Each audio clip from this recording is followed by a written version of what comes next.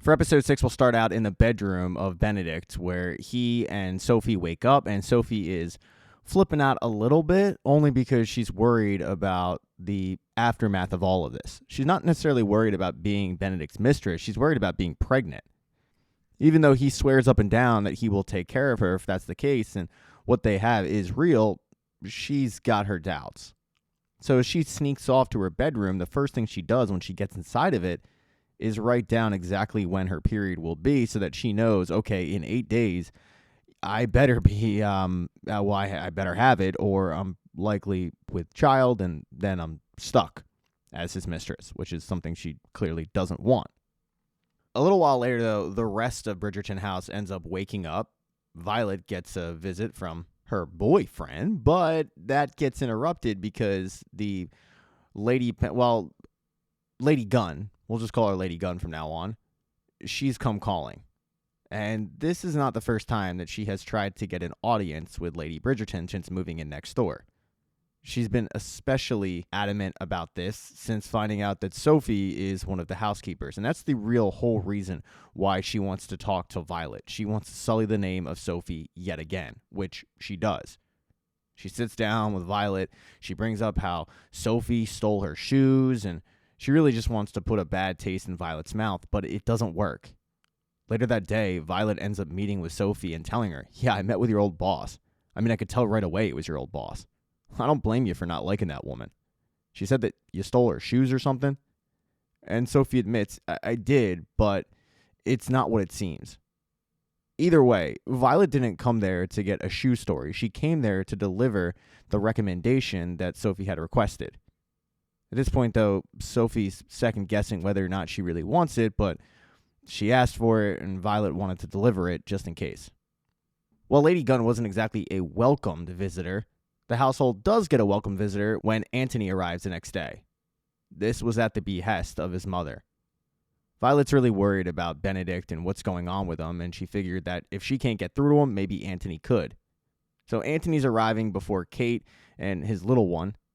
He gets the lowdown from Violet on everything that's going on, and then he gets the chance to finally talk to Benedict at one of the clubs. And let me tell you, Antony doesn't beat around the bush. I mean, he comes right out and tells Benedict how foolish he's being. He brings it back to his own situation, saying that while he thought he was in the throes of passion and he thought he was in love with his mistress, he wasn't. And he could never think about bringing a child into the world with a mistress. It was foolish and careless, and that's what he thinks Benedict is doing. But Benedict, of course, being in love with Sophie, pushes back on this. Benedict finally gets so tired of it, he actually gets up and leaves. He can't take it anymore. Antony goes home. He thinks long and hard about what he's going to do, and then he comes up with a solution. He has one of the guys fetch Sophie and meets with him secretly in the garden, where he proposes that the two run off and live in the cottage full time. They'll be out of the spotlight. They'll be able to have their life together. And, if she ends up getting pregnant, they'll have a family. Yeah, they won't be married, but they'll be together. And while it all sounds good on paper, Sophie gets concerned. She looks at him and says, okay, this is a promise, but what happens if you decide to break the promise? I mean, what am I going to do? And he's kind of dumbfounded at that. He's like, Sophie, you think that low of me, that I would make this promise to you and then I would just discard you? And it's not so much that she thinks that low of Benedict, it's the fact that she comes from that very situation. She tells him, I was illegitimate. My mom was a maid. My father was a nobleman. But he swears that would not be the case. If they were to have a child, that child would know one thing, and that is love.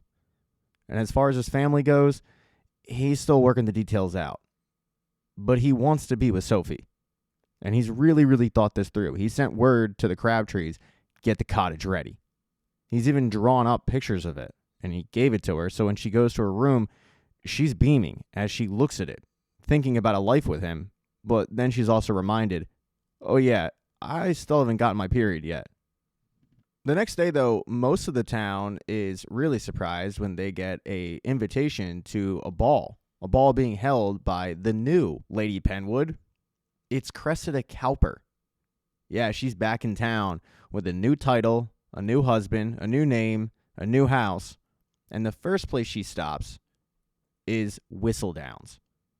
It's not so much to rub everyone's face in it and do the whole, hey, look, I made it. I married. I'm golden. No, it was kind of to apologize, actually. She apologized to Penelope, and she says, look, I understand that with one quill, you could ruin me. So I'm asking you nicely, can you please come to this ball? It's the first one I'm hosting in the new house. It would really mean a lot to me. And it seems like Penelope is going to show up. I mean, Cressida has no idea that Penelope's thinking about giving up on this whole Whistledown thing. She's desperately trying to get out of the job.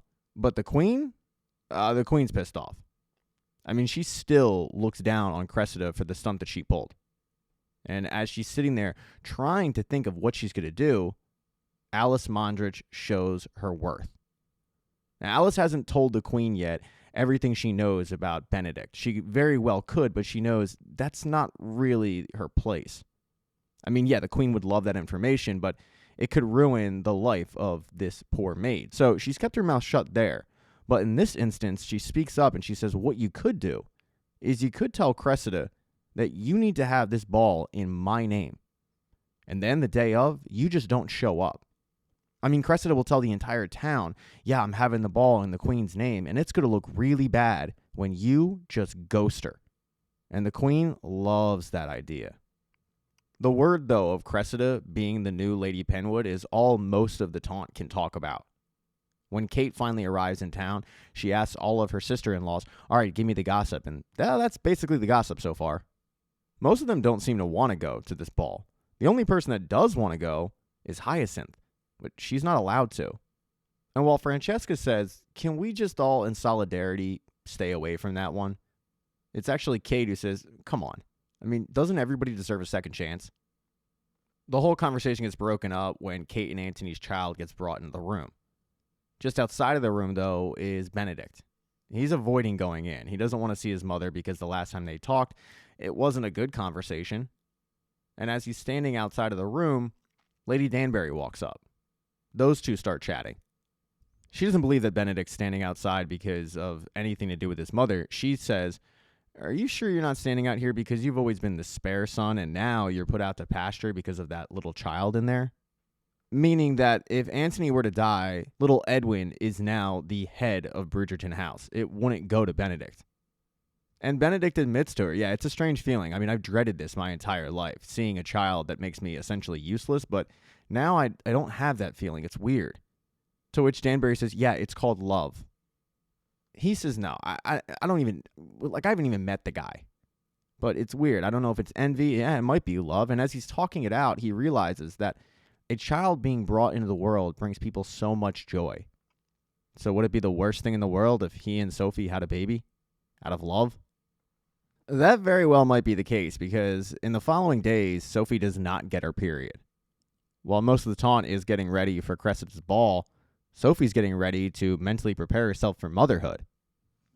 She does, however, have to continue to do her job, which is assisting both Hyacinth and Eloise, and when Eloise walks into the room the night of Cressida's ball, Hyacinth gives her the same attitude she's been giving her for quite some time now, but Eloise has brought a peace offering.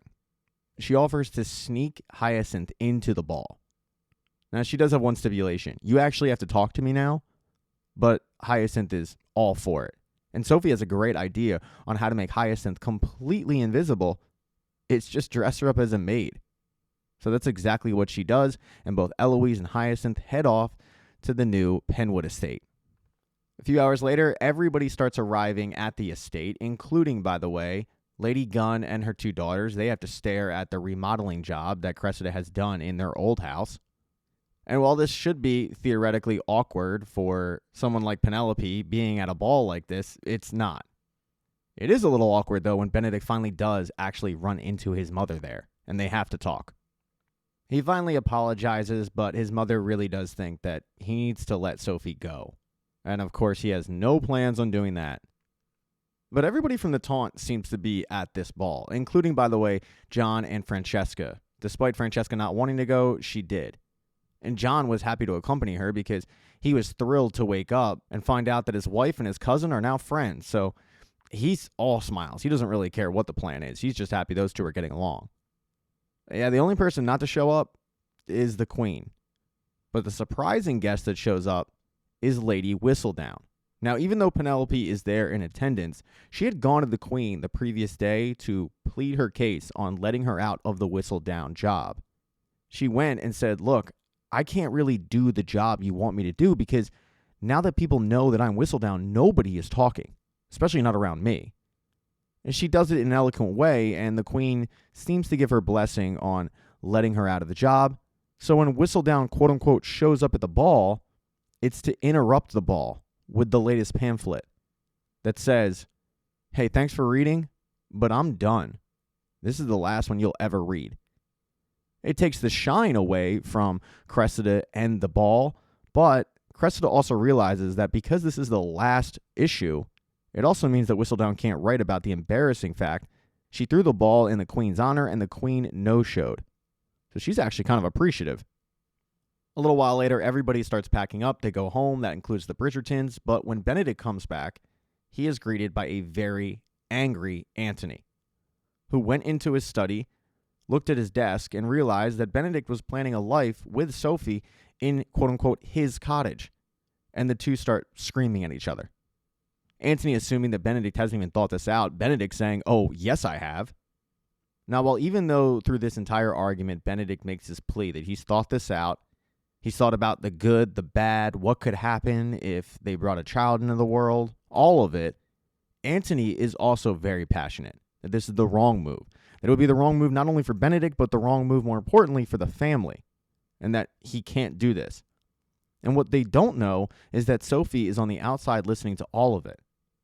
And while she hears what Benedict is saying, she really listens to what Antony is saying. And for her, it's a giant sign that you will never be welcomed into this family. So she heads back to her room. She takes one last look at that picture of the cottage that Benedict gave her. She throws it in the fire, and she writes to Alfie asking, hey, is that job still available? And the next day, Sophie calls for Benedict to meet with her. She tells him that she's got an interview the next day for the new Penwood house, and if she's offered the position, she's going to take it. This really blindsides Benedict. She really just wanted to meet with him to say goodbye because if she is offered the position, that night would be her last night in the Bridgerton household. And he's confused. He's like, what about And she cuts him off and says, I was never with child. I got my period. While relieved, he also says, you don't have to take a new position. Like, I promised you I'd take care of you, and that's still true, whether you're with child or not. She says, I appreciate it, but you don't owe me anything. And he says, this wasn't about owing you. This was about love. And that's when she starts getting emotional, saying, I thought that would be enough. And we both want it to be enough, but it's not enough. What she's realized is that if they were to be together, she would be ripping Benedict from one of the most loving families that she's ever seen. And she just can't do that. He starts trying to offer solutions, but she says no. I mean, eventually we would make the same mistake that we made last time. And he doesn't appreciate the fact she uses the word mistake. He starts getting super emotional. And finally, she just has to push away and run off. Because while she's putting on a strong facade, inside she is breaking down. And when she finally gets into her bedroom, she just starts crying her eyes out. Over at the palace, though, Penelope is called in front of the Queen. The Queen just wants to know how everything went at Cressida's ball, but the Queen also gives her blessing to Penelope that she no longer has to be Whistledown. That's not the only blessing she gives, though. She also looks at Lady Danbury, and she doesn't even have to say a word. She just gives her a look indicating you're free to go live your life. And it means the world to Lady Danbury.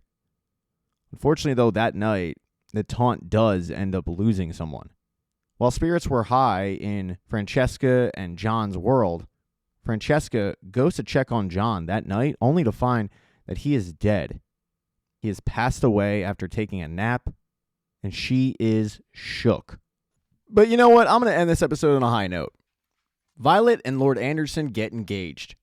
After one sexual fling, he's decided, yep, this is the one I want to spend the rest of my life with. So she must be an absolute demon in the sack. But he comes over, he proposes, she says yes, it's a very happy moment. Thank you so much for checking out this recap. Please consider subscribing to the channel and subscribing to my Patreon. Hit thumbs up if you liked it. Smash that thumbs down button if you thought it sucked. If you left a comment, I don't get back to you. I usually don't check the comments unless they're like a super comment. Also, if you don't see the next video up on the end screen, not to worry, it'll be up in a day or two.